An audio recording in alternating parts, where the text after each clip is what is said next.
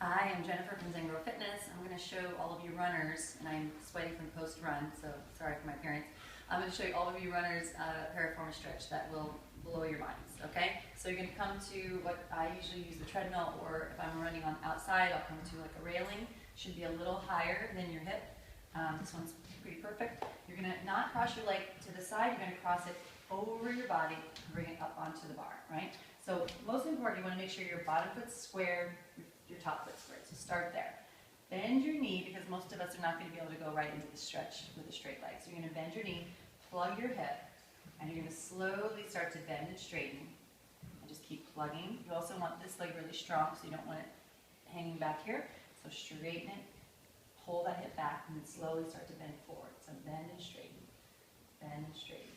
Again, it's not about how much you're going forward, it's about how much can you plug your hip into the socket, right? So then once we get here, we go a little bit here, and it feels like you've made some progress. You're going to start to kind of move side to side. And again, we want to work kind of an external rotation of your leg so that you can plug into your hip a little bit more. Good. Let me just feel that. So you just kind of go back and forth between that, then bending and straightening, and folding forward, breathing. You never want to hold your breath. Good, and pulling your stomach back. Good. So once you can get it straight or pretty straight, you can try to flatten back and fold over that leg a little bit more, flexing the foot a little bit more. Good. And then lifting all the way up. And you should feel a real lengthening sensation. Right? You're going to bend your knee.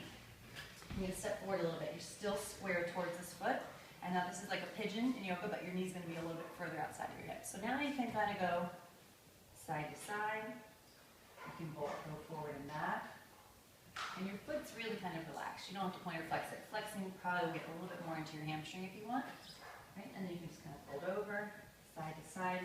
And then if I take a stretch with my right arm, it'll stretch the front of my right thigh. So it's kind of a little psoas stretch. Good. And then kind of forward, side to side. And again, let it come forward. And you step up. And there is no amount of time.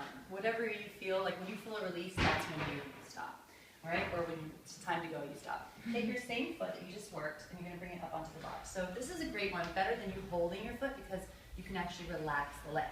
But what's going to happen is your knee's going to be like this, right? So you want to really lift up in your spine, hug the knee into the midline, tuck your tail, and push your hips forward. And then again, here, we don't want to stay static. We want to move the knee, hug it in a little bit, pull back, pull forward, do whatever it feels like you need. And like this one, I can actually grab down a little bit. It's going to help me lift up a little bit more. Good. And again, if it hurts your knee, maybe you need to adjust where this foot is, or you know, just however you can feel the stretch. So I'm a little tighter on the inside of my knee, so I'm feeling it on the inside. So I still want to hug to make sure my knee is not trapping outward. Good. And then you just stay here for as long as you can, a couple breaths. Stand down, shake it out. And you do the whole thing on your other leg, okay? So make sure you're plugging, you're moving, you're breathing, and you will feel so much better. Have a great day, and namaste.